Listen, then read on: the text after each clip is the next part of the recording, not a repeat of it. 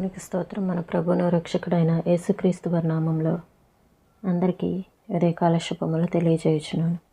ఈరోజు దేవుని వాగ్దానము యోబు గ్రంథము 5వ అధ్యాయము 18వ వచనము.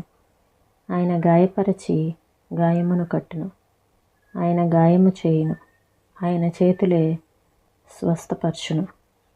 మనకి ఏదైనా చిన్న చిన్న గాయాలు కలిగిన, అంటే మనస్సుకి ఏదైనా చిన్న చిన్న గాయాలు కలిగిన, అస్తవ్యస్తమైపోయి కూలిపోయే పరిస్థితులు వచ్చిన, అల్లకల్లోలం జరిగిన వెంటనే దేవుని యొక్క నెమ్మది మనల్ని తాకుతుంది.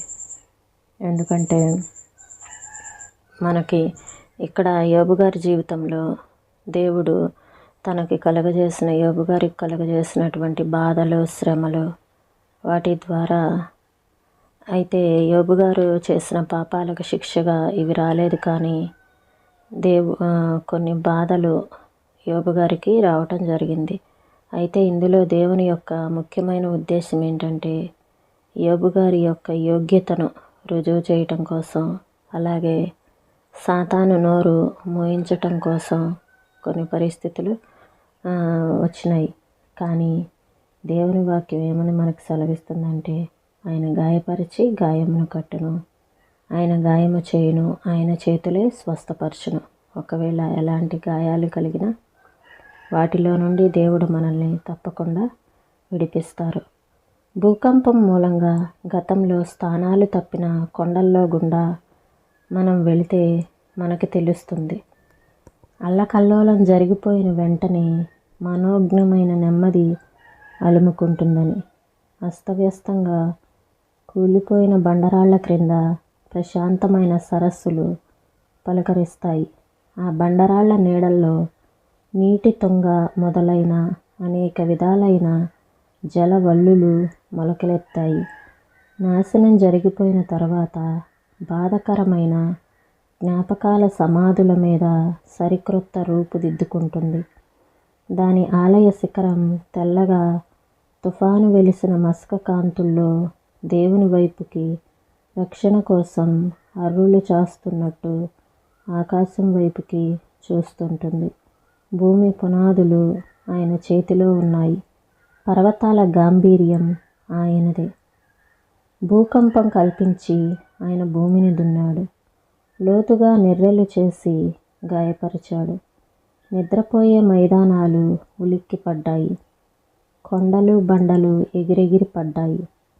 పర్వతాలకి తెలుసు దైవ రహస్యం, అనాదిగా మదిలో దాచుకున్న సత్యం. దేవుని శాంతి ఉంటుంది నిత్యం, ఇదే వాటి విశ్రాంతికి ఆధారం.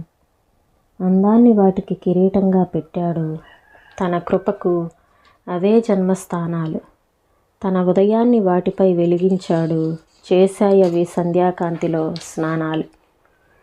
కొండగాలి వాటికి వార్తాహరుడు, సుడిగాలులు కేంద్రం నుండి వచ్చే సమాచారాలు. కారుమబ్బు వర్షపు దారలు ప్రేమ గీతాలు, లోయల్లో ధ్వనించే వ్యాపించే సంగీతాలు. సెలయేళ్లను లాలించే తూగుటుయ్యాల, మబ్బు తునకలను నిద్రపుచ్చే జోల. కల్లా కపటాలెరుగని కొండజాతులకి ఇల్లు వాకిలి కొండ చర్యలు. నగరాల్లో వేసారిన నాగరికులు ఆరాధిస్తారు పర్వతాల పవిత్ర స్థలాల్లో. అటూ ఇటూ సంచరిస్తూ అందరి దేవుడే అలరిస్తాడు తన ఆదరణతో. పర్వతాల ప్రశాంతతలోని రహస్యం వినండి, వాటి అణువణువులో నిండిన అందాన్ని కనండి. శ్రమలు విరుచుకుపడ్డప్పుడు, కష్టాలు ముంచుకొచ్చినప్పుడు దేవుడు తన పర్వతాలను తన నాగలితో దున్నుతున్నాడని, కృపా సమృద్ధి బీజాలను విత్తనున్నాడని, నిత్యమైన ఆయన శాంతిని తలచి తత్తరపాటును మానండి. ఈ మాటలను ప్రభువు మన వినికిల్లో దీవించునుగాక. ప్రార్థన చేసుకుందామండి. స్తోత్రం తండ్రి, పరిశుద్ధుడా, ప్రేమ కలిగిన దేవా, నీకు వందనాలు చెల్లిస్తున్నాం ప్రభా. ఆయన గాయపరచి గాయమును కట్టును, ఆయన గాయము చేయును, ఆయన చేతులే స్వస్థపరచును. దేవా, మా జీవితాల్లో నా తండ్రి గాయాలు ఉన్నప్పటికీ వాటి నుండి విడిపించగలిగిన దేవుడు నీవే తండ్రి. ప్రభా, మీ చేతులే స్వస్థపరుస్తాయి నాయన. ఈ ఉదయకాల సమయంలో నాయన ప్రభా, గాయాలలో నాయన ప్రభా అయ్యా నా తండ్రి అల్లకల్లోల పరిస్థితుల్లో అస్తవ్యస్తంగా నా తండ్రి నాయన ప్రభా ఎంతమంది ఉన్నారో నాయన, ఎన్ని జీవితాలు ఉన్నాయో, ఎన్ని కుటుంబాలు ఉన్నాయో నా తండ్రి లేవనెత్తమని వేడుకొంచున్నాను ప్రభా. సహాయం చేయండి నాయన, నీ వైపు నుంచి నాయన సహాయం అందినట్లుగా నీ కృప చూపించండి ప్రభా. మీ చేతిలో స్వస్థపరిస్తే కనుక దేవ మీరు స్వస్థపరచండి ప్రభా. సహాయం చేయండి. అల్లకల్లోలం అవుతున్న జీవితాలను నా తండ్రి నాయన ప్రభా మీరు స్వస్థపరచమని వేడుకొంచున్నాను ప్రభా. సహాయం చేయండి తండ్రి. నీకు వందనాలు ప్రభా.